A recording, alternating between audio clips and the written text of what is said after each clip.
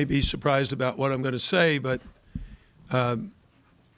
there was a time in the second half that I thought we played our best basketball for about a 6 or 7 minute period. Things we want to do every day, every game, play hard at the defensive end of the floor, get stops, share the ball on offense, find the open man, penetrate and pitch, get touches, get everybody involved. And quite frankly, we haven't been doing that. And it's very frustrating. It's frustrating for the players. It's frustrating for the coaching staff. You fall behind because you're not playing good quality basketball. And then all of a sudden we did. And I liked what we did for that 6 or 7 minute period. And I told the team that at a timeout. Say, hey, this is the way we need to play all the time. I told them after the game the same thing. And hopefully it's a lesson that will prove to be helpful to us for the remainder of the season. Why do you think they were not doing that? I mean, your teams are always known as the well-coached team, and the team that plays well even if they lose. Why do you think they haven't gotten that point until today? I would say there's a lot of reasons, but we have some new guys who've never played here before, and they're playing a major role. We have some young guys who are used to playing with different players. You know, one of the things they talk about chemistry. Well, I thought we had terrific chemistry over the last 4 or 5 years. You know, if you go back to Shane Larkin, Durant Scott, Trey McKinney-Jones, Kenny Kaji, Julian Gamble, they had a great understanding of what everybody could do and how to do it, and they played off each other very well. When we had Angel Rodriguez, Sheldon McClellan, Davon Reed, Kamari Murphy, Tanya Jakiri, it was the same thing. They were very, very familiar with each other. They were experienced players, and they each knew their role. This year, we've got some new guys. We've got different starters, guys who were used to coming in off the bench and playing sparingly. And now they're playing a lot of minutes, and a lot of times they're not 100% physically. And, you know, we've had some very strange circumstances to deal with. You start out with 4 centers and end up with 1. You start out with a number of guys that can play the 4, and you end up with 1.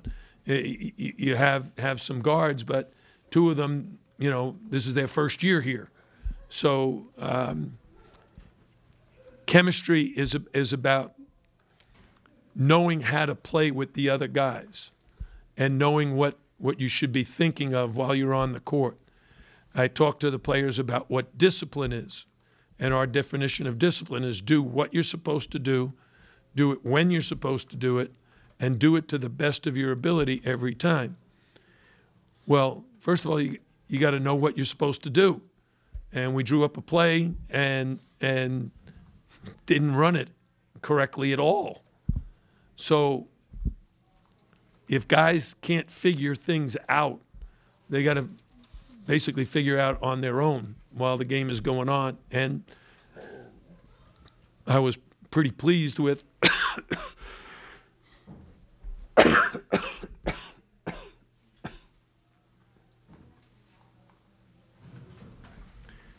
that the shot selection we got late in the game was pretty darn good. Not perfect, still times when we could have shared the ball better, but at least it looked like we were trying to do what I wanted. Can you talk about Chris Likes? I mean, coming off the game, he had the last game and the previous game. What did you feel? How did he play tonight in your eyes? Well, Chris had 19 points. He played very hard, and he scored the ball.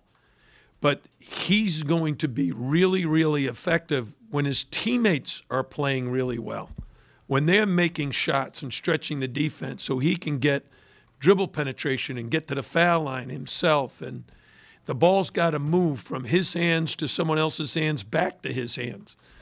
And I thought there was a time period in the second half where we did it. We just didn't do it at all in the first half. And we didn't do it at all the first 10 minutes of the second half. What impressed you the most about Tech? Well, just in watching them, they're a team that has a lot of terrific three-point shooters. And Justin Robinson reminds me of Shabazz Napier, where he can kind of carry his team and deliver the ball to the right guy at the right time while he's still scoring himself. Some guys who can really deliver the ball, but they don't score much.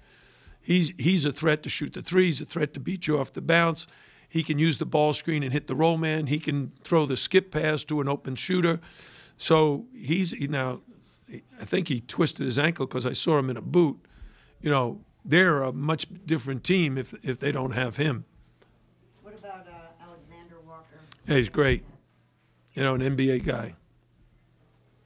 Was it? I mean, you obviously wouldn't expect that kind of night, but what did you see in him in the scouting and what he did tonight versus what? I didn't say that clearly enough. He's an NBA guy. He's a first-round pick, a guy who can really score. Can shoot the three. He can drive to the basket. He works hard defensively. He's similar to Alani Walker.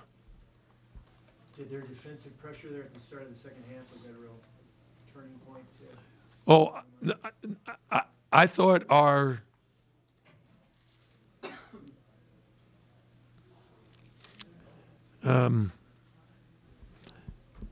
mindset was not correct to start the second half. Just everybody's got to be on the same page, and we weren't. Do you feel this team's energy, with only 7 guys in the primary rotation, is where it needs to be, like in second halves? Do you feel like the energy level is... Well, I didn't think the energy tonight had anything to do with it because we had plenty of juice late in the game. We weren't in any foul trouble. Yeah, I looked up at the scoreboard, the video board, and we had 5 guys out there, and not one of them had 2 fouls. They all had 1 or less. So normally that shows the signs of fatigue, where we're fouling, we're reaching, we're a little bit tired. But the only major concern I have is Anthony Lawrence got hit early. He made a 3, came back, and I don't know how he got hit, if it was on a screen or on a rebound. But he took a shot, and he's got, what do they call, a hip flexor now. So that's a major concern. Ibuka ended up with 4 points and 2 rebounds. What do you think? Did they do something, or was it more him being off? No, it's our offense. If you don't move the ball, if you're not sharing it, he's the last guy to touch it, right? If the guards just keep it themselves, or Amp has it or what have you, it never gets to Ibuka. And if you don't take advantage of what he can do, that's a real problem because he can score it around the basket. We all know that. You mentioned Lawrence, 15 points, 9 rebounds. Do you think that's the kind of production that he can give you every night? Well, you got to remember the size of the opponent. So before the game started, we told our guys, this is the first team we've played since NC State that we match up with. We're not necessarily as tall, but similar in size. So Chris Likes versus Beatty, and Zach Johnson versus Justin Robinson, and Buka versus Blackshear. Those guys are similar in size, and we should be able to match up. In Anthony Lawrence's case, he's actually taller than the guy he was matched up with. So it's a little easier for him to get 5, 6, 8, 10 rebounds in a game like this. Jim, I heard you with 22 points on 17 turnovers. You talked about how critical that was. Yeah, I said we're not on the same page offensively. And turnovers are a direct result of, indecision. Officially, this was the first game without knowing that he's not coming back. How have the guys just handled that news since Monday, and how is it impacting practice if you had him in practice and all this? Well, it's kind of, he hasn't left school yet. I think he announced he was, but he really hasn't. After he announced it, he was at our team meeting and practice. I was like, what are you doing here? I think he's very close friends with the guys on the team. And he's got some career decisions to make. The final outcome of of his status is something that I'm sure saddened him and our program, our coaches, our players, his teammates.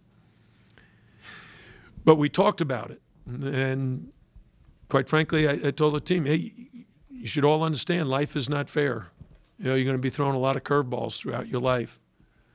And, you know, for DeJuan, we just want to wish him the best in his decisions now and in the future. And, you know, DeJuan's trying to figure out, do I stay in class? Do I hire an agent? So while he's doing that, our players actually know, hey, we've gone through the whole season this way. We got to continue. The hard part is Cam McGusty, who's a critical player for the scout team, he sprained his ankle, and he was out. We have time for one more question. Thanks, everybody.